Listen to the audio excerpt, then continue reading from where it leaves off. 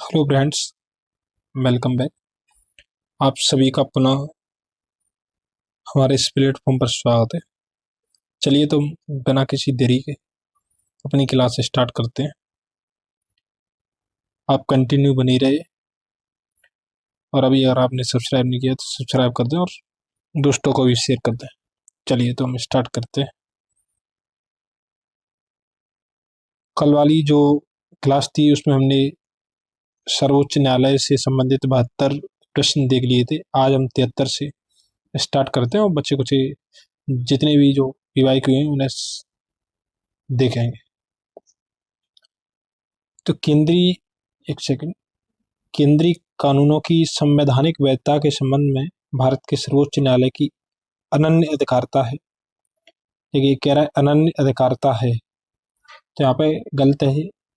अनन्य का मतलब होता है कि केवल यही सुनवाई करता है, तो ऐसा नहीं है।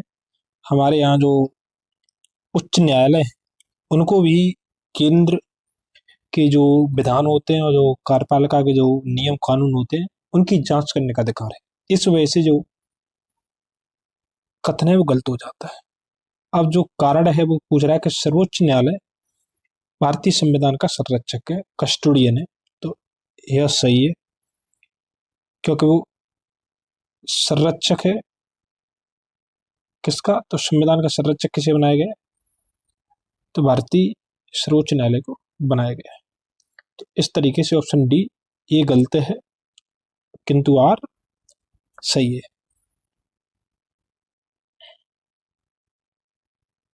भारत का जो सर्वोच्च न्यायालय है वो भारतीय संविधान का प्रहरी और संरक्षक है। तथापि जो केंद्रीय कानून होते हैं उनकी जो संवैधानिक वैधता का अभिप्राय है कि वो संवैधानिक रूप से वैध हैं या फिर नहीं। मैं सर्वोच्च न्यायालय के साथ साथ यानी सर्वोच्च न्यायालय तो जांच करता ही है, जो उच्च न्यायालय होते हैं उनको भी अधिकार है कि वो संवैधानिक वैधता की जांच करें या कर सकते हैं, अधिकारता प्राप्त है। सर्वोच्च न्यायालय की तरह उच्च न्यायालय भी संसद अथवा राज्य विधानमंडल द्वारा अधिनियमित किसी कानून की वैधता का परीक्षण कर सकते हैं। देखिए ऐसा होता है कि मान के चलिए केंद्र सरकार की कार्यपालिका द्वारा कोई नीति बनाएगी या फिर संसद के द्वारा कोई विधि बनाएगी, तो जब कोई व्यक्ति याचिका दायर करता है उस विधि के लिए, तो अगर वो सुप्रीम कोर्ट में करता है तो सुप्रीम कोर्ट को भी अधिकार है कि वो केंद्र की जो संसद और विधायिका और कार्यपालिका द्वारा बनाए गए जो विधि या नियम है उनकी भी जांच कर सकता है। साथ ही जैसे किसी राज्य की जो विधानसभा है उसके द्वारा या मुख्यमंत्री के द्वारा जो भी नियम बनाए या कार्यपालिका के द्वारा जो भी नियम बनाए जाते हैं उनकी भी सुप्रीम कोर्ट जांच कर सकता है। इसी तरीके से केंद्र और राज्य दोनों जो विधायिकाएं हैं और कार्यपालिका हैं दोनों के द्वारा जो विधि और नियम बनाए जाते हैं उनकी जांच राज्य के उच्च न्यायालय को भी करने का अधिकार होता है। ठीक है। संविधान के जो उपबंध हैं उसके अनुसार अगर कोई उसकी जो विधि नहीं होती है, संविधान के प्रावधानों के अनुकूल नहीं है, तो फिर वो उसे क्या कर देगा, असंवैधानिक घोषित कर देगा। हालांकि उच्च न्यायालय के निर्णय के विरुद्ध सर्वोच्च न्यायालय में अपील की जा सकती है। एक पॉइंट यहाँ पे बनता है कि मान के चलिए अगर वो विधि सर्वोच्च न्यायालय ने अगर खारिज कर दिया, असंवैधानिक घोषित कर दी, तो फिर वो पूरी तरीके से असंवैधानिक हो गई। बट अगर जैसे उसकी सुनवाई अगर किसी हाई कोर्ट में हो रही है और उसने अगर उस विधि को संवैधानिक घोषित कर दिया, तो जो जिस व्यक्ति ने याचिका दायर करी है उसके पास एक अवसर बचता है कि वो सुप्रीम कोर्ट में जाके अपील करे। अंततः जब सुप्रीम कोर्ट भी उसे असंवैधानिक घोषित कर देता है तब वो पूरी तरीके से अवैध मानी जाती है। उल्लेखनीय है कि 42वें जो संविधान संशोधन जिसे मिनी कॉन्स्टिट्यूशन के नाम से जानते हैं, जो 1976 में हुआ था, इंदिरा गांधी जी के समय हुआ था, द्वारा संविधान में अनुच्छेद 131A के तहत केंद्रीय जो कानून है उसकी संवैधानिक वैधता से संबंधित प्रश्नों के बारे में सर्वोच्च न्यायालय की अनन्य अधिकारिता संबंधी उपबंध तथा अनुच्छेद 226A के तहत अनुच्छेद 226 के अधीन उच्च न्यायालय की कार्यवाहियों में केंद्रीय विधियों की वैधता पर विचार न किए जाने संबंधी उपबंध किए गए थे। तब 42वां जो अमेंडमेंट हुआ था उस समय किए गए थे। तथापि जब 43वां अमेंडमेंट 1977 में जब सरकार चेंज हुई थी, उस समय फिर इन प्रावधानों को हटा दिया गया था। तो इस तरह विकल्प ए गलत होगा, विकल्प जो कारण है वो सही होगा, क्योंकि आयोग ने दिया था, माना था, जो उचित नहीं है। मतलब उस आयोग का थोड़ा आंसर अलग था। निम्नलिखित में से कौन से मामले में उच्च न्यायालय और उच्चतम न्यायालय की अधिकारिता में आते हैं? मतलब निम्न में से ऐसे कौन से मामले हैं जो उच्च न्यायालय और उच्चतम न्यायालय की अधिकारिता में आते हैं? तो देखिए, केंद्र राज्यों के बीच ये तो नहीं आएंगे। हमने देखा था कि इन पे मूल अधिकारिता होती है सुप्रीम कोर्ट की अनुच्छेद 131 के तहत। राज्यों के परस्पर विवाद ये भी नहीं आएगी, क्योंकि देखिए कोई भी हाई कोर्ट होता है वो एक राज्य तक सीमित होता है। तो हाई कोर्ट राज्यों की सुनवाई नहीं कर सकता, क्योंकि मामला एक से अधिक राज्यों का है, जो उसकी क्षेत्रीयता से बाहर का मुद्दा है। तीसरा है मूल अधिकारों का प्रवर्तन। मूल अधिकारों का प्रवर्तन मतलब है प्रभावी बनाने के लिए कार्य। तो ये दोनों आते हैं, क्योंकि अनुच्छेद 32 के तहत सुप्रीम कोर्ट को, अनुच्छेद 226 के तहत हाई कोर्टों को मूल अधिकारों को प्रभावी बनाने के लिए, और रिट, जिसे अपन रिट कहते हैं ना, 5 प्रकार की रिट है। आप कमेंट के माध्यम से बताइए कौन सी रिट है, मैंने बताई भी आपको। संविधान के उल्लंघन से संरक्षण तो नहीं, तो मूल अधिकारों के लिए दोनों प्रयोग कर सकते हैं। संविधान का जो भाग 3 है, जिसे मूल अधिकारों के नाम से जानते हैं, चलिए भाग 2 में क्या है कमेंट करके बताइए। मैं बड़े नागरिकों के मूल अधिकारों की रक्षा का जो अनन्य अधिकार है वो संविधान द्वारा उच्चतम और उच्च न्यायालय को दिया गया है। उच्चतम न्यायालय अनुच्छेद 32 के तहत तथा उच्च न्यायालय अनुच्छेद 226 के तहत मौलिक अधिकारों की बहाली के लिए देखिए 5 प्रकार की रिट।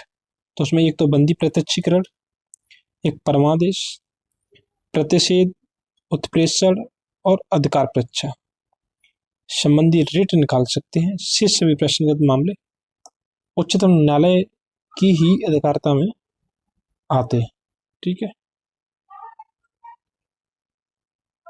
भारतीय संविधान के किस अनुच्छेद के तहत सर्वोच्च न्यायालय भारतीय नागरिकों के मौलिक अधिकारों की रक्षा करता है?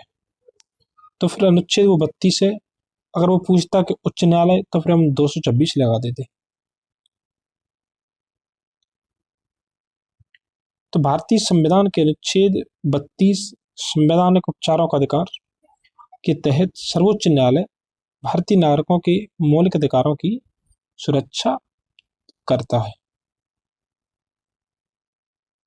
विधायी शक्तियों की संघीय सूची में समाविष्ट किसी विषय के संबंध में भारत के उच्च न्यायालय के अधिकार क्षेत्र को बढ़ाने का अधिकार दिया गया है।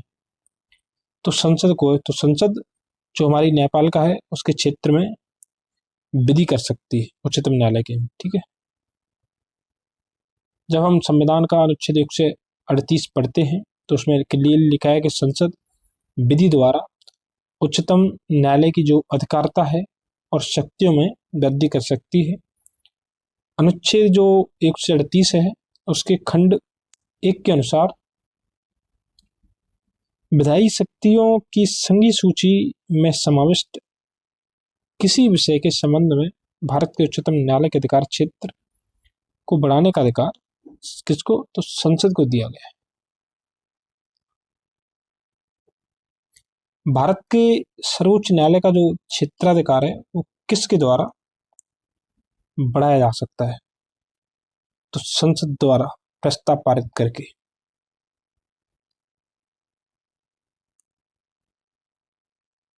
तो यहाँ पर आंसर संसद द्वारा विधि बनाकर होगा। ठीक है। क्योंकि इसके लिए हमें अमेंडमेंट करना होगा, तो प्रस्ताव पारित करने से कुछ नहीं होने वाला। ठीक है। तो विधि बनाकर।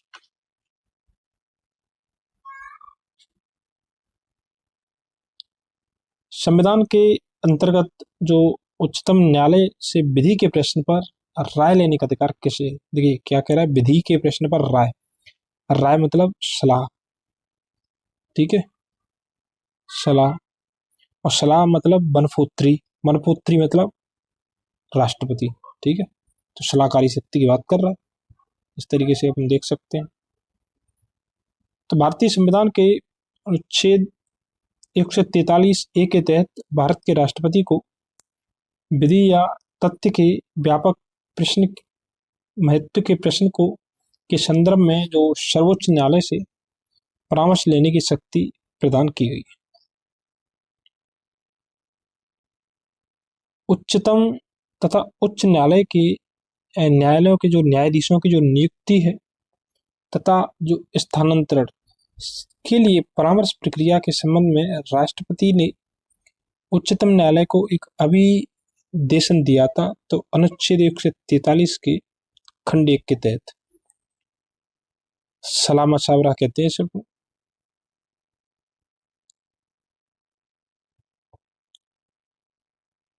वर्ष 1998 में कब थर्ड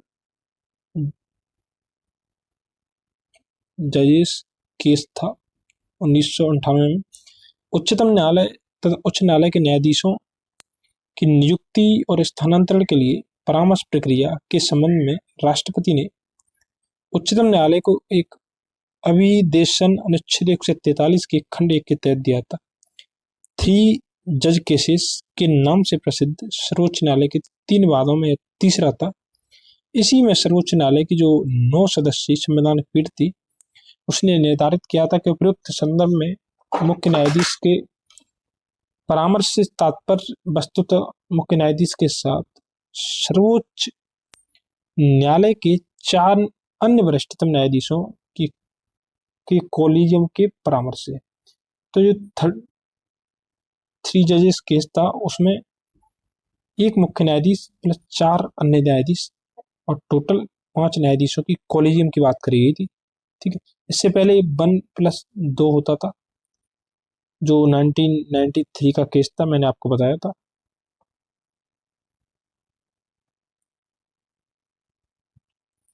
उच्चतम न्यायालय की जो परामर्शी अधिकारिता है जिसे हम सलाहकारी शक्ति कहते हैं उसके विषय में कौन कौन से कथन सही है। तो उच्चतम न्यायालय के लिए बाध्यकारी है कि वो राष्ट्रपति द्वारा निर्देशित किसी भी मामले पर अपना व्यक्त करे। देखिए किसी भी मामले पे, समझिए इसको पहले। तो मैंने आपको बताया था कि कोई भी एक केवल मात्र एक पॉइंट गलत होते, किसी भी मामला नहीं होगा। परामर्शी अधिकारिता की शक्ति के अधीन प्राप्त किसी निर्देश पर उच्चतम न्यायालय की पूर्ण पीठ सुनवाई करती है, मतलब 5 से अधिक होनी चाहिए संवैधानिक पीठ, ठीक है। तो सही है। परामर्शी अधिकारिता के अधीन प्राप्त जो निर्देश पर व्यक्त किया हुआ उच्चतम न्यायालय का मत सरकार पर बाध्यकारी नहीं होता है। तो आप ये जानिए कि जो परामर्श देता है सर्वोच्च न्यायालय वो राष्ट्रपति के लिए बाध्यकारी नहीं होता। इस सही है, इस वैसे 2 और 3 सही है। चौथा क्या कह रहा है कि उच्चतम न्यायालय को उसकी परामर्श अधिकारिता की शक्ति के अधीन एक बार में केवल एक ही निर्देश भेजा जा सकता है। तो गलत है, क्योंकि अभी जो राष्ट्रपति जी हैं उस एक से अधिक शायद 17 कुछ ऐसे प्रश्न पूछे हैं, तो एक से अधिक एक बार में दिए जा सकते हैं, ऐसी कोई बाध्यता नहीं है। अनुच्छेद अगर जब 143 देखते हैं तो उसके अंतर्गत राष्ट्रपति सर्वोच्च न्यायालय से 2 प्रकार के विषयों पर सलाह मांग सकता है। एक है लोक महत्व के विषयों में विधि या तथ्य संबंधी, और दूसरा है कोई ऐसी विधि जो संविधान से पूर्व की है, समझौता या फिर अन्य समकक्षी विषयों पर। तो प्रथम प्रकार के मामले में परामर्श देना सर्वोच्च न्यायालय के लिए बाध्यकारी नहीं। देखिए नॉर्मल जो विधि है लोक महत्व के विषय में या तथ्य संबंधी, तो इस पर सर्वोच्च न्यायालय बाध्यकारी नहीं है। किंतु जो दूसरा मामला है, दूसरा मामला कौन सा, जो संविधान से पूर्व की विधियां हैं, संधि हैं, समझौते हैं या फिर अन्य समकक्षी कोई विषय है, उस पर अवश्य देता है, यानी बाध्यकारी है। परामर्शी अधिकारिता की शक्ति के अधीन प्राप्त निर्देश पर सुनवाई कम से कम 5 सदस्यीय पूर्ण पीठ करती है। न्यायालय द्वारा दिया गया परामर्श सरकार पर बाध्यकारी नहीं होता है। यह आवश्यक नहीं है कि एक बार में केवल एक ही परामर्श निर्देश हेतु भेजा जाए। देखिए, थोड़ा सा मैं बता देता हूँ आपको क्लियर। परामर्श 2 तरीके से होता है, 1 और 2। इसमें लोक महत्व का और दूसरा संविधान से पूर्व के मामले। संविधान से पूर्व, हाथ से लिखना पड़ रहा है, देखिए, पूर्व के मामले, पेन है नहीं, पूर्व के मामले। तो देखिए, इस पे सर्वोच्च न्यायालय सलाह देने के लिए बाध्य नहीं है, दूसरे पर सलाह देने के लिए बाध्य है। बट ये दोनों सलाह जब दी जाती हैं तो इनमें से किसी को भी मानने के लिए, चाहे वो पहला मामला हो चाहे दूसरा मामला हो, राष्ट्रपति बाध्य नहीं है। तो राष्ट्रपति पे बाध्यता नहीं है, बस आप इतना ध्यान रखिए। सर्वोच्च न्यायालय बाध्य है दूसरे मामले पर, राष्ट्रपति किसी भी मामले पर बाध्य नहीं, वो मान भी सकता है, नहीं मान सकता है।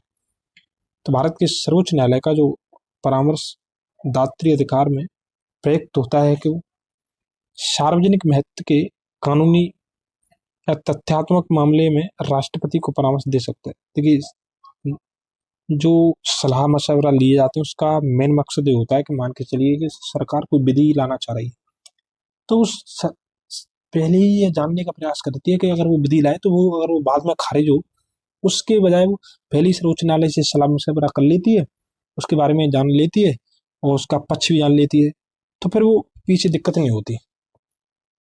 या फिर किसी भी, जैसे संविधान का जैसे कोई भी अध्याय या किसी पे अगर विवाद है या उस पर कोई भी जो स्टैंड है वो क्लियर नहीं हो पा रहा, तो वहां पे भी सरकार न्यायपालिका से जानकारी प्राप्त कर सकती है और उस पर एक अच्छे समाधान में पहुंच सकती है और उस पर अच्छी तरीके से गहराई से विचार विमर्श को बढ़ावा दे सकती है।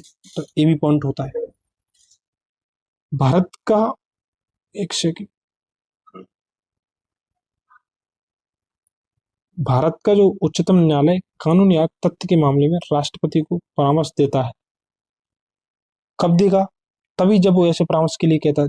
तो परामर्श तभी देता है वो जब राष्ट्रपति परामर्श मांगता है।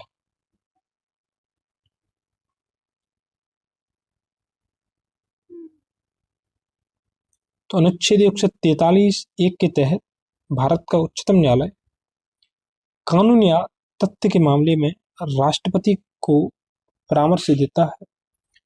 जब राष्ट्रपति उससे ऐसे परामर्श के लिए कहता या फिर मांगता है, इस अनुच्छेद के अनुसार यदि किसी समय राष्ट्रपति को यह प्रतीत होता है कि कोई ऐसी विधि या फिर तथ्य का कोई ऐसा प्रश्न उत्पन्न हुआ है या फिर उत्पन्न होने की संभावना भी हो सकती है जो ऐसी प्रकृति का हो और ऐसे व्यापक महत्व को हो जिस पर उच्चतम न्यायालय की राय प्राप्त करना समीचीन है, तो वह उस प्रश्न को विचार करने के लिए उस न्यायालय को निर्देशित कर सकता है और वह न्यायालय ऐसी सुनवाई के पश्चात जो वह उचित समझता है राष्ट्रपति को अपना परामर्श दे सकता है। ठीक है, निम्नलिखित कथनों पर विचार कीजिए।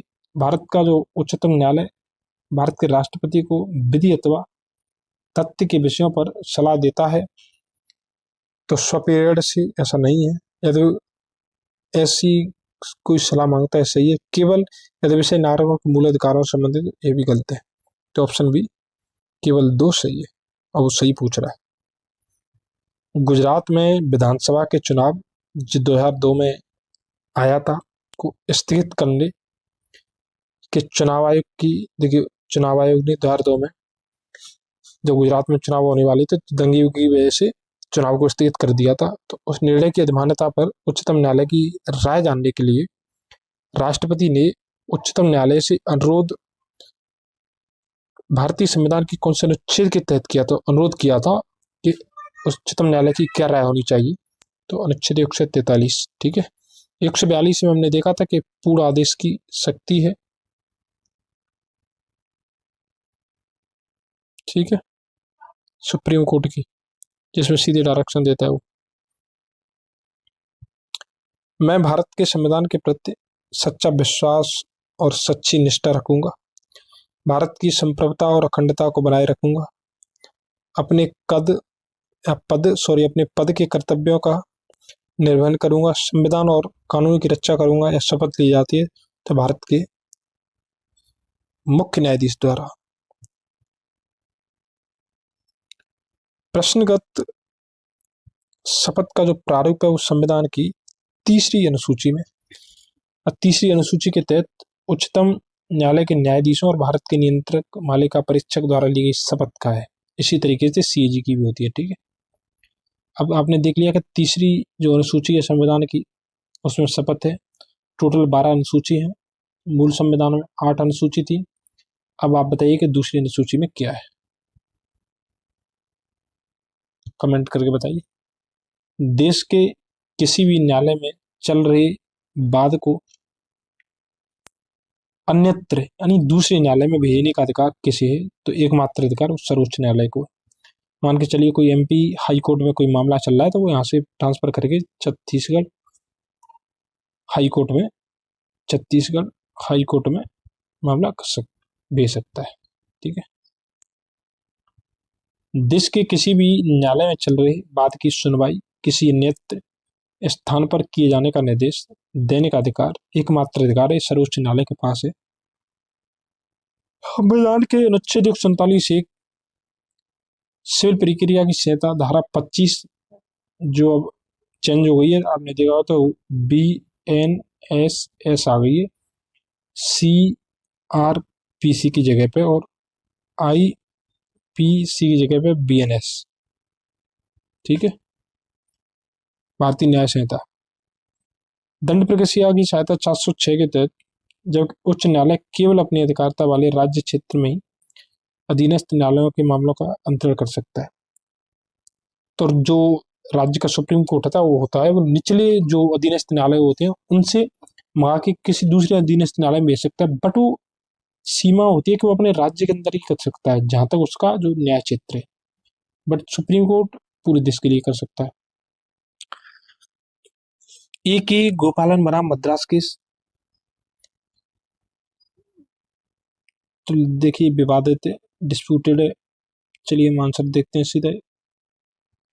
तो A.K. गोपालन बनाम जो मद्रास राज्य केस था वो निवारक अवरोध की प्रक्रिया से संबंधित था।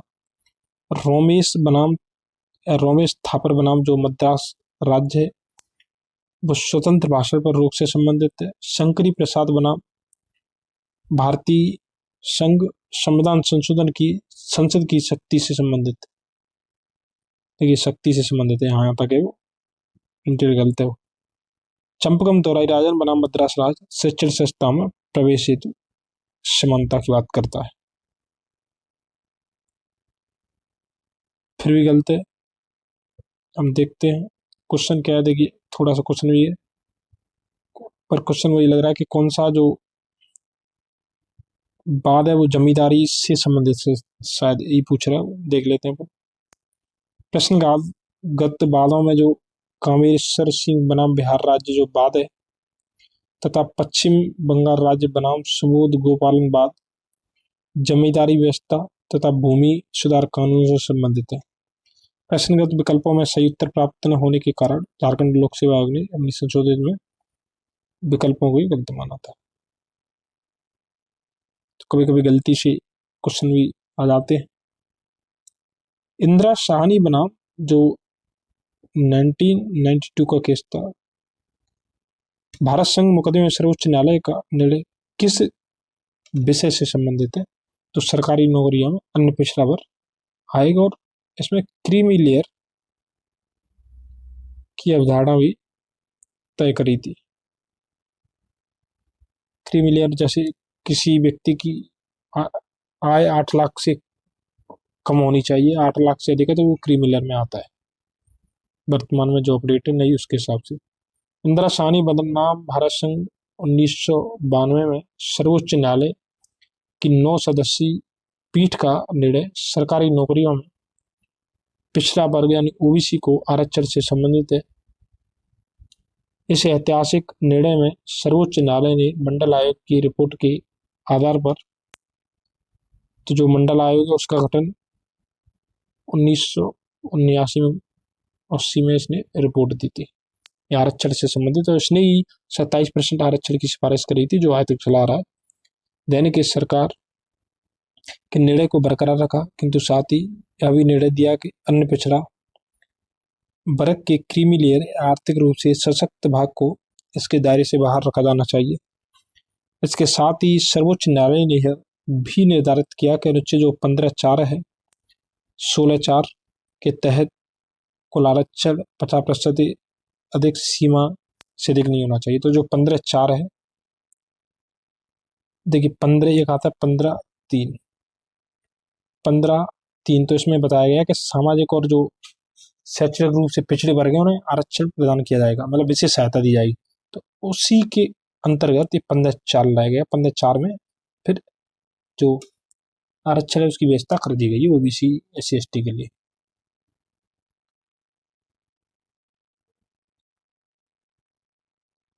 हाल ही में उच्चतम न्यायालय ने प्रवासी पंचायत निर्धारण अधिनियम 1983 को संविधान के किस अनुच्छेद के अंतर्गत केंद्र के पावन कर्तव्य के उल्लंघन के आधार पर असंवैधानिक घोषित किया है? तो अनुच्छेद 355 है। एक सेकंड मैं यहाँ पे आपको ये भी बता देता हूँ। अनुच्छेद 356 राष्ट्रपति शासन की बात करता है। आप बताएंगे कि 360 में क्या है?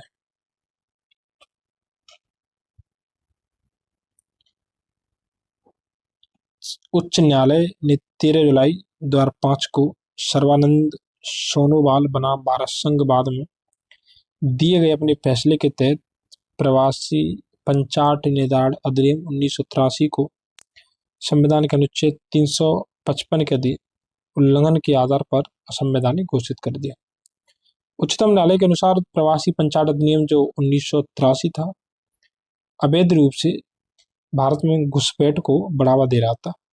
इस कानून के रहते केंद्र सरकार अनुच्छेद 355 के तहत देश की सुरक्षा एवं संरक्षा के अपने उत्तरदायित्व को नहीं निभा पा रहा था।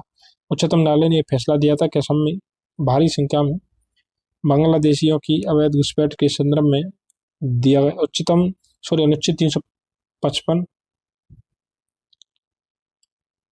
देखिए अनुच्छेद 355 क्या कहता है, पहले आप भी समझिए। तो अनुच्छेद 355 कहता है कि जो संघ का, पहली बात तो किसका कर्तव्य है? संघ का कर्तव्य होगा कि वो बाह्य आक्रमण एवं आंतरिक शांति से राज्य की संरक्षा करे। तो इस पर कर्तव्य दिया गया किसको, जिम्मेदारी किसके दी गई है? संघ को, कि अगर किसी राज्य पर बाह्य आक्रमण होता है या प्रांतिक राज्य में आंतरिक शांति उत्पन्न होती है तब वो राज्य की संरक्षा करेगा और प्रत्येक राज्य की सरकार का संविधान के प्रबंधों के अनुसार चलाया जाना सुनिश्चित करे और सरकार वो अच्छी तरीके से रन करती रहे, इसका प्रयास भी करेगा। TDSAT के निर्णयों को चुनौती दी जा सकती है तो हाईकोर्ट और सुप्रीम कोर्ट में। अभी क्या है, तो ये telecom dispute settlement and appellate tribunal है, TDSAT की स्थापना 1997 में भारतीय दूरसंचार विनियामक प्राधिकरण ट्राई अधिनियम वर्ष 2000 में किए गए संशोधन के द्वारा की गई थी। इसका उद्देश्य दूरसंचार में किसी भी विवाद का न्यायिक समाधान करना है। दूरसंचार, ब्रॉडकास्ट, एयरपोर्ट टैरिफ संबंधी मामलों में इसके निर्णयों के विरुद्ध केवल सुप्रीम कोर्ट में अपील की जा सकती है, जबकि साइबर मामलों में इसके निर्णय के विरुद्ध हाई कोर्ट में की जा सकती है। तो जो ट्रिब्यूनल है वो 42वें संविधान संशोधन 1976 में हमें देखने को मिलते हैं और इसके दो अनुच्छेद हैं, 323A और 323B। साथ में एक सेकंड में कंफर्म कर लेता हूँ थोड़ा सा।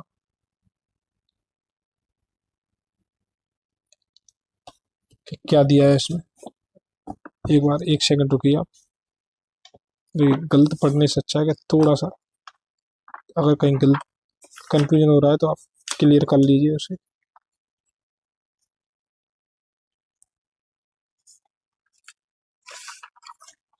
1 सेकंड रुकिए। हाँ, सही है, एकदम क्लियर। 323 में प्रशासनिक अधिकरण है, 323 ए में और 323 बी में अन्य मामलों से संबंधित अधिकरणों का गठन करने का प्रावधान है। ठीक है।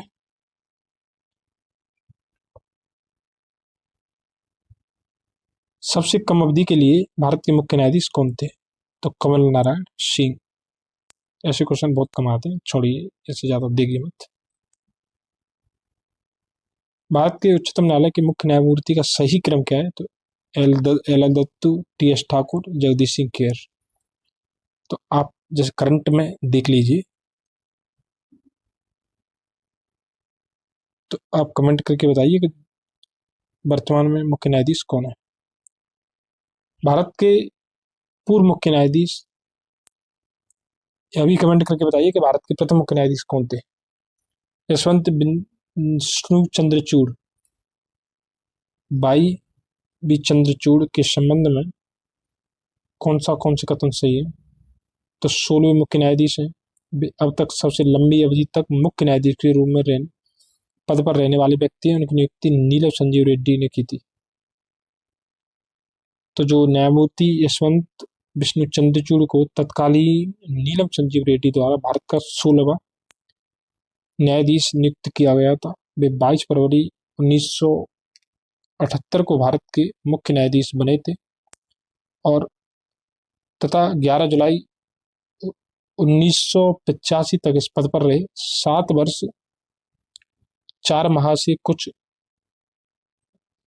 अधिक के कार्यकाल के साथ वे भारत के अब तक के सबसे लंबी अवधि पर रहने वाले के मुख्य न्यायाधीश हैं।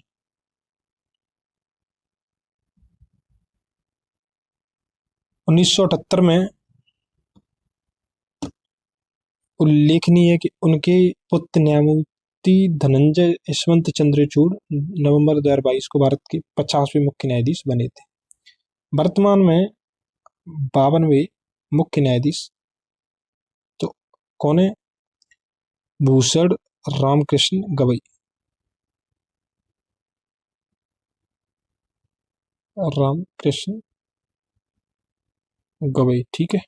तो अपडेट है आज तक। और पहले जो मुख्य न्यायाधीश थे वो कौन थे, वो आप कमेंट करके बताइए। ठीक है। ऐसे आनंद 1990 के दशक के अंत में किस पद पर कार्यरत थे?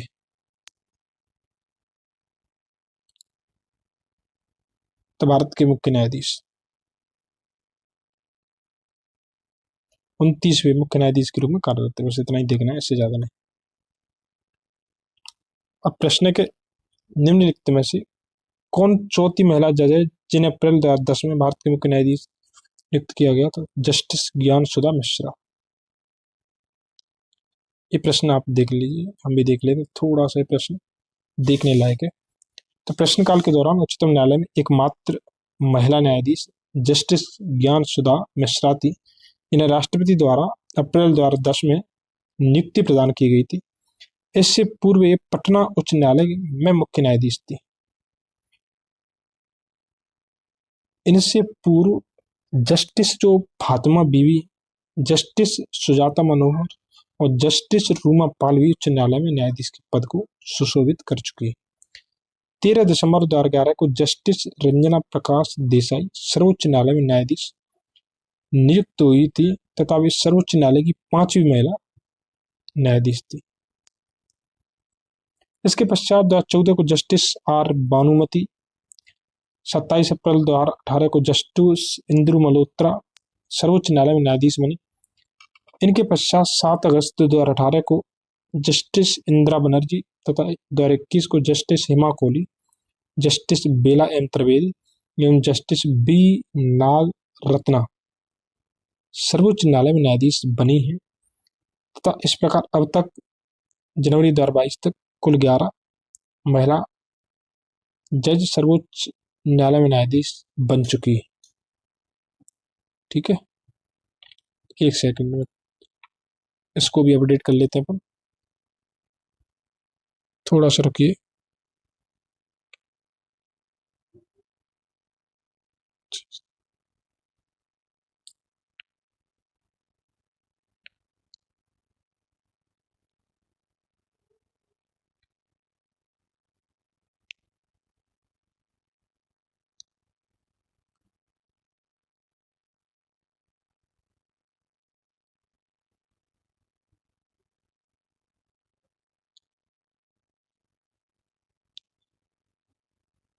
एक सेकंड रुकिए, एक सेकंड।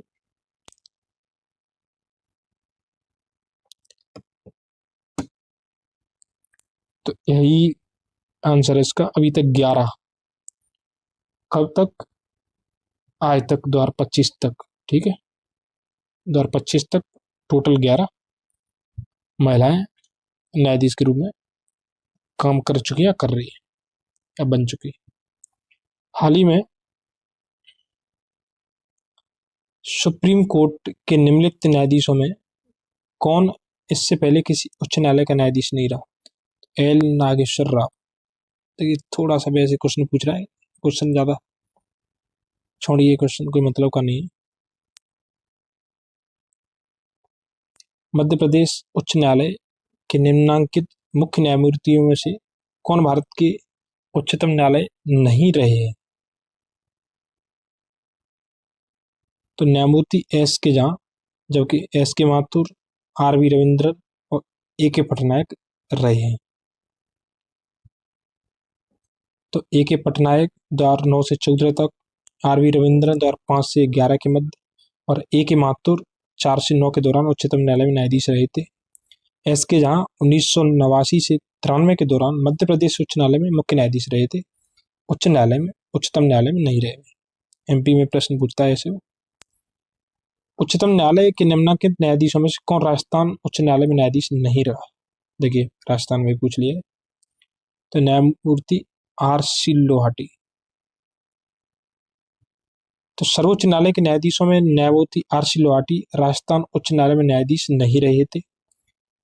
न्यायमूर्ति लाहौटी मध्य प्रदेश उच्च न्यायालय और दिल्ली उच्च न्यायालय में न्यायाधीश रहे थे। दिसंबर 98 में सर्वोच्च न्यायालय में मुख्य न्यायाधीश नियुक्त हुए थे। 1 जून 2004 से 31 अक्टूबर 2005 तक वे भारत के 35वें मुख्य न्यायाधीश भी रहे थे। उच्चतम न्यायालय के अन्य तीनों प्रश्न न्यायाधीश तो तीनों N M Kasliwal, B S Chauhan और ए के माथुर राजस्थान हाईकोर्ट में न्यायाधीश के रूप में काम कर चुके। देखिए ये प्रश्न बहुत इंपॉर्टेंट है कि भारतीय न्यायिक व्यवस्था में जब जनहित याचिका को शामिल किया गया उस समय भारत के मुख्य न्यायाधीश कौन थे? PIL, पब्लिक इंटरेस्ट लिटिगेशन, जिसे हम जनहित याचिका या सार्वजनिक हित याचिका जो भी कहते हैं। तो इसमें सही आंसर नहीं दिया है, हम देखते हैं। तो भारतीय न्यायिक व्यवस्था में सर्वोच्च न्यायालय की पहल पर, देखिए आप ये मत सोचिए कि मैं छोड़ रहा हूँ, देखिए कोई भी अगर वो चीज़ काम की नहीं है तो मुझे लग रहा है कि पढ़ने का कोई फायदा नहीं है। आप अगर उसको रट रहे हो वैसे और उससे क्वेश्चन आ नहीं रहे, जब तब एक आध क्वेश्चन अगर कोई पूछ लेता है तो क्या मतलब है उसे पढ़ने का? आप कॉन्सेप्ट पे ज़्यादा ध्यान दीजिए। एक भी जो महत्वपूर्ण पॉइंट है एक भी नहीं छोड़ूंगा, फालतू का पॉइंट कोई पढ़ाने का मकसद नहीं है मेरा, ना ही मैं आपको सजेशन देता हूँ फालतू चीज़ पढ़ने का, क्योंकि आप अगर फैक्ट रट रहे जाते तो फिर कोई मतलब का नहीं है। और ऐसे फैक्ट नहीं पूछे जाते, क्योंकि आप अगर मान के चलिए 52 न्यायाधीश हो, कहाँ तक याद करोगे आप? मुख्य न्यायाधीश ही 52 है, तो ऐसी चीज याद नहीं करी जाती।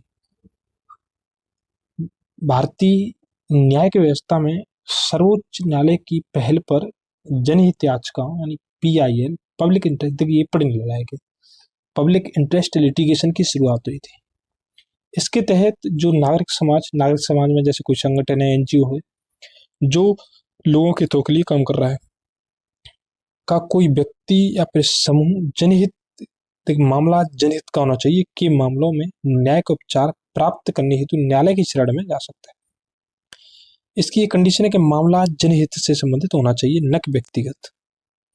सर्वप्रथम सर्वोच्च न्यायालय के न्यायाधीश PN भगवती द्वारा 1989 में हुसैनारा खातून बना बिहार राज्य बादल।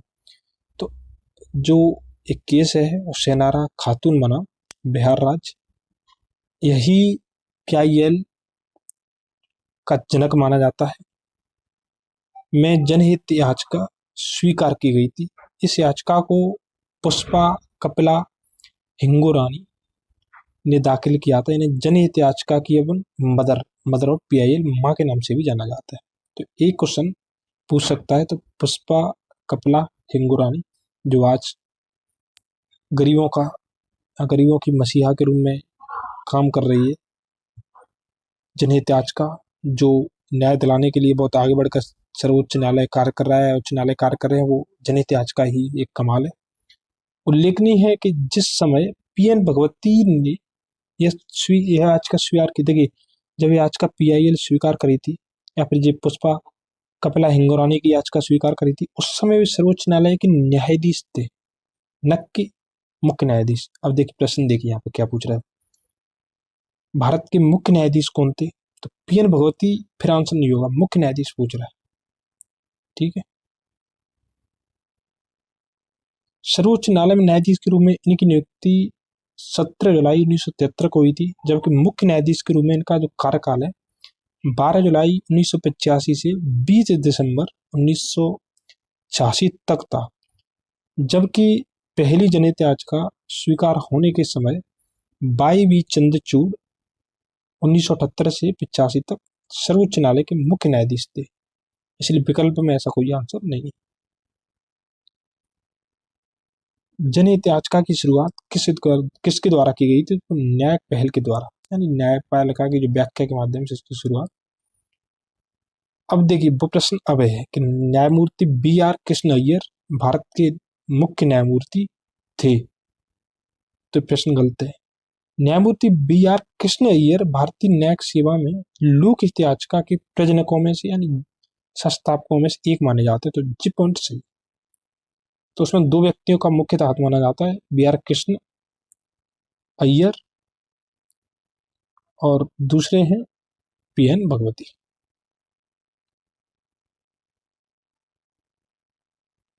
तो न्यायमूर्ति BR कृष्ण अय्यर 1973 में सर्वोच्च न्यायालय के न्यायाधीश नियुक्त हुए थे, वे कभी भारत के मुख्य न्यायाधीश नहीं रहे।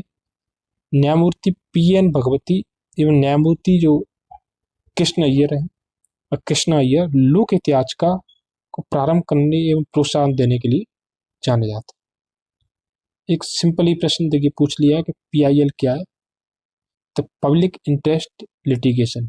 ठीक है, इसमें कंफ्यूजन नहीं होना, कभी फुल फॉर्म पूछ सकता है वो। तो PIL का जो पूर्ण रूप है वो पब्लिक इंटरेस्ट लिटिगेशन। देखिए इसे नॉर्मल समझिए, इंटरेस्ट वो कैसा होना चाहिए? जो पब्लिक होना चाहिए। लिटिगेशन का मतलब होता है याचिका। तो जब कोई मामला पब्लिक यानी सार्वजनिक महत्व का है तो उसके लिए याचिका दायर कर सकते हैं, इसे PIL कहते हैं, जनहित याचिका। जनहित याचिका उच्च न्यायालय और उच्चतम न्यायालय दोनों में प्रस्तुत की जा सकती है। ठीक है, कहीं भी जा सकते हैं अपन जनहित याचिका लेकर। जनहित याचिका PIL कहाँ प्रस्तुत की जा सकती है? तो उच्च न्यायालयों एवं सर्वोच्च न्यायालय दोनों। कथन जनहित याचिका जन सहयोगी नागरिकों को न्यायालय तक जाने की स्वीकृति देती है, सही है। कारण कह रहा है कि जन सहयोगी व्यक्ति उस व्यक्ति के लिए न्याय मांग सके जो किसी कारण से न्यायालय तक पहुंच पाने में असमर्थ है, एक कारण भी सही है। इस वजह से जो आंसर है वो ए सही है, दोनों सही है और व्याख्या भी सही है।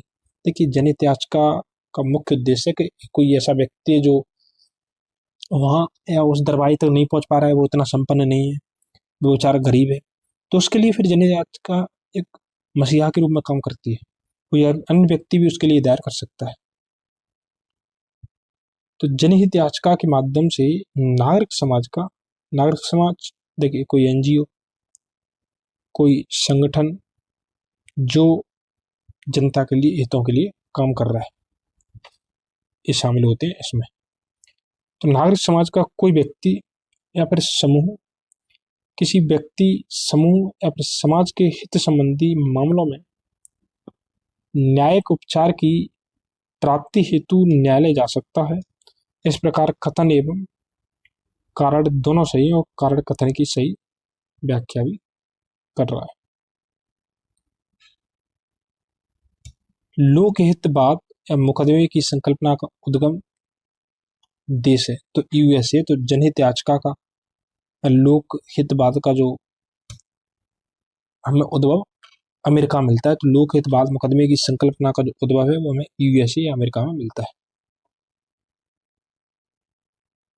जनहित याचिका की अवधारणा की शुरुआत किस देश में हुई, तो संयुक्त राज्य अमेरिका में हुई। अगर आपको ध्यान हो तो, या फिर आपने अगर कभी देखा हो तो, जो संयुक्त राज्य अमेरिका में न्यायालय बहुत पावरफुल है, न्यायपालिका। ठीक है, वर्तमान में आप देख सकते हैं ट्रंप के कई जो फैसले हैं उनको भी असंवैधानिक घोषित किया उन्होंने। बाद में न्यायिक सक्रियता संबंधित है, तो यहाँ पे न्यायिक जनहित याचिका से, न्यायिक सक्रियता मतलब जनहित याचिका। देखिए, न्यायिक सक्रियता का ही परिणाम है जनहित याचिका। भारत में जो न्यायिक सक्रियता है जुडिशियल एक्टिविज्म, यद्यपि न्यायिक पुनर्विलोकन और जनहित याचिका public interest litigation and PIL दोनों से संबंधित है, तथापि वस्तुतः जनहित याचिका की जो प्रक्रिया के माध्यम से न्यायिक सक्रियता भारत में सामाजिक परिवर्तन की वाहक के रूप में हो रही है। अतः प्रश्न दोनों एक दूसरे से जुड़े हुए हैं। इसके माध्यम से न्यायिक सक्रियता बढ़ती है और न्यायिक सक्रियता का जनहित याचिका के रूप में देख सकते हैं। किसने कहा कि न्यायिक सक्रियतावाद को न्यायिक जोखिमवाद नहीं होना चाहिए, तो न्यायमूर्ति एस आनंद ने कहा था। तो भारत के जो पूर्व मुख्य न्यायमूर्ति एस आनंद ने एक सार्वजनिक व्याख्यान में कहा था कि जो न्यायिक सक्रियता का मतलब होता है कि जो न्यायपालिका वो आगे बढ़कर लोगों के लिए काम करे। न्यायिक जोखिमवाद का मतलब होता है कि जब सरकार के कार्यों में न्यायपालिका हस्तक्षेप करने लगी तब फिर वो न्यायिक जोखिमवाद है, तथा न्यायाधीशों को अपने न्याय कर्तव्यों के क्रियान्वयन के संदर्भ में अनुशासित, आत्मानुशासित एवं सावधान रहना चाहिए।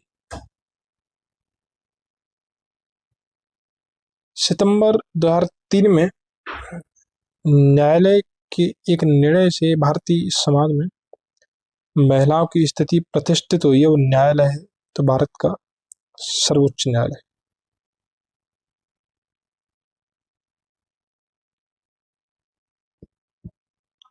तेईस सितंबर 2003 को सर्वोच्च न्यायालय के न्यायमूर्ति एम.बी. शाह एवं न्यायमूर्ति डॉक्टर आर. लक्ष्मण की पीठ ने विजयलक्ष्मी बनाम पंजाब विश्वविद्यालय एवं अन्य के बाद में दिए अपने निर्णय में यह निर्धारित किया कि लड़कियों के लिए सरकारी कॉलेज में प्रधानाचार्य पद पर नियुक्ति हेतु किसी महिला को वरीयता देना भारतीय संविधान के अनुच्छेद 14, 15, 16 में वर्णित समानता के अधिकार का उल्लंघन नहीं। विशाखा अन्य बनाम राजस्थान राज्य अन्य मुकदमा संबंधित है, तो सबसे पहले ये मुकदमा 1997 में आया था। तो ये मामला था कार्यस्थल पर जो महिलाओं की यौन उत्पीड़न होता है उसकी रोकथाम के लिए। तो विशाखा एवं अन्य बनाम राजस्थान व अन्य बाद 1997 का जो मामला है वो कार्यस्थल पर महिलाओं के यौन उत्पीड़न की रोकथाम से संबंधित है। इस मामले में सर्वोच्च न्यायालय ने ऐतिहासिक निर्णय देते हुए कार्यस्थल पर महिलाओं के उत्पीड़न को संविधान के अनुच्छेद 14, 19 और 21 का स्पष्ट उल्लंघन माना था तथा इसकी रोकथाम के लिए व्यापक दिशा निर्देश जारी किए थे, जिसे विशाखा गाइडलाइंस, विशाखा दिशा निर्देश के नाम से जाना जाता है। तो अनुच्छेद 14 समानता की बात करता है, अनुच्छेद 19 बाकी में व्यक्ति की स्वतंत्रता और कुल 6 प्रकार की स्वतंत्रताओं की बात करता है, अनुच्छेद 21 जीवन के अधिकार की बात करता है। ठीक है, हाल ही में भारत की संसद ने 3 तलाक कानून पारित करके भारत के सर्वोच्च न्यायालय के किस वर्ष के निर्णय को समर्थन दिया जिसने 3 तलाक बिद्दत को संवैधानिक बना दिया? तो 2017 में जब सुप्रीम कोर्ट ने डिसीजन दिया था उसके प्रत्युत्तर में ये लेके आए, उसका मतलब समर्थन करने लगी थी। तो 2017 में ऐतिहासिक निर्णय देते हुए 3 तलाक तलाक की विद्यत या तलाक की प्रथा को संविधान का 14 का उल्लंघन करार दिया था और असंवैधानिक घोषित कर दिया था। इसी के समर्थन में संसद ने मुस्लिम महिला विवाह अधिकार संरक्षण अधिनियम 2019 बनाकर जो 3 तलाक की प्रथा है, तलाक कहने जिसमें लिखित और इलेक्ट्रॉनिक दोनों रूप में के आधार पर विधिक रूप से अमान्य और गैर कानूनी बना दिया है।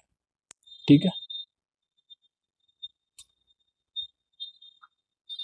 उच्चतम न्यायालय ने निम्नलिखित में से किस मामले में पाया कि केंद्रीय अन्वेषण शाखा पिंजराबंद होता है? तो सीबीआई की बात कर रहा है, सेंट्रल ब्यूरो ऑफ इन्वेस्टिगेशन, जिसे केंद्रीय अन्वेषण शाखा कहते हैं। कोयला आवंटन घोटाला बाद में कहा था कि जो पिंजराबंद का मतलब होता है कोई सरकार के अंडर में और सरकार की कहे अनुसार कार्य करती है, निष्पक्षता नहीं है उन्हें और स्वतंत्रता नहीं है। तो उच्चतम न्यायालय ने कोयला आवंटन घोटाला बाद की सुनवाई के दौरान सीबीआई को पिंजराबंदित्वता की संज्ञा दी थी। समलैंगिकता संबंधी सर्वोच्च न्यायालय का जो निर्णय है निम्नलिखित में से किससे संबंधित है? तो भारतीय दंड संहिता आईपीसी की जो धारा 377 है वो समलैंगिकता की बात करती थी, उससे 6 दिसंबर 2018 को सर्वोच्च न्यायालय की 5 सदस्यीय संवैधानिक पीठ ने विभिन्न याचिकाओं पर सुनवाई करते हुए भारतीय दंड संहिता की धारा जो 370 को आंशिक रूप से असंवैधानिक घोषित कर दिया। ज्ञातव्य है कि आईपीसी की धारा जो 377 अप्राकृतिक यौन अपराधों से संबंधित है। किस कानून के अंतर्गत यह विहित है कि भारत के उच्चतम न्यायालय की संपूर्ण कार्रवाई अंग्रेजी में होगी? भारतीय संविधान का अनुच्छेद 348, जब भाग 17 आप पढ़ोगे तो उसमें भाषाओं से संबंधित प्रावधान दिया गया, तो उसके तहत अनुच्छेद 348 दिया गया। तो भारतीय संविधान का अनुच्छेद जो 348 है, उच्चतम न्यायालय और उच्च न्यायालय में अधिनियम, विधेयकों आदि के लिए जो प्रयोग की जाने वाली भाषा होती है उसके संबंध में उपबंध करता है। इसमें स्पष्ट उल्लेख है कि इस भाग के पूर्वगामी उपबंधों में किसी बात के होते हुए भी जब तक संसद विधि द्वारा अन्यथा उपबंध न करे तब तक उच्चतम न्यायालय और प्रत्येक उच्च न्यायालय में जो सभी कार्यवाही है वो अंग्रेजी भाषा में, यानी जब तक कोई अलग प्रावधान नहीं करती है तब तक सभी जो कार्यवाही है वो अंग्रेजी भाषा में हो। तो कौन सा है? अनुच्छेद 348। ठीक है, भाग 17 में प्रावधान दिए गए। अब आज का जो टॉपिक है यहीं पे समाप्त होता है और आज हम अपनी क्लास का यहीं पे एंड करेंगे। कल से हम राज्यपाल के बारे में पढ़ेंगे जो वर्तमान में भी चर्चा का विषय है, जैसे कर्नाटक, तमिलनाडु में विधेयकों पर अनुमति को लेकर। तो दोस्तों आज के लिए हम यहीं पर होल्ड करते हैं। अंत में अगर आपने अभी सब्सक्राइब नहीं किया है तो दोस्तों सब्सक्राइब कर दो यार। हाँ, अगर आपको क्लास अच्छी लगती है तो, और अपने दोस्तों को भी शेयर कर दो। एक चीज और, अगर तुम में से कोई व्यक्ति आईपीएस, आईएएस या फिर यूपीएससी या पीसीएस को टारगेट कर रहा है तो वो रामप्रसाद आईएएस पर जा सकता है। वहाँ पे उसे आईएएस से संबंधित जितनी भी वीडियो वहाँ पे मिलेंगे, सब सब्जेक्ट कराए जाएंगे वहाँ पे, पीसीएस और यूपीएससी को ध्यान में रखते हुए। और कोई व्यक्ति नेट का टारगेट कर रहा है, मुख्यतः अभी फिलहाल में पॉलिटी को टारगेट कर रहा है, तो वो यहाँ पे देख सकता है रामप्रसाद यूजीसी नेट पे। इसके साथ ही आपके करंट के लिए मैंने एक और चैनल बनाया है, रामप्रसाद न्यूज एंड एनालिसिस। तो उसमें जब भी मुझे टाइम मिलता है तो थोड़ी थोड़ी करंट की वीडियो मैं बना देता हूँ 25-30 मिनट की, जो कोई भी अच्छा मुद्दा है तो उसको लेकर, तो वहाँ पे आप जा सकते हैं और उसे भी देख सकते हैं। जैसे आपकी जो करंट है वो भी एक अच्छी हुई, देखिए वहाँ पे फैक्चुअल करंट नहीं, वहाँ पे कॉन्सेप्ट में बात करी जाती है। ठीक है, तो आज के लिए हम यही होल्ड करते हैं। धन्यवाद।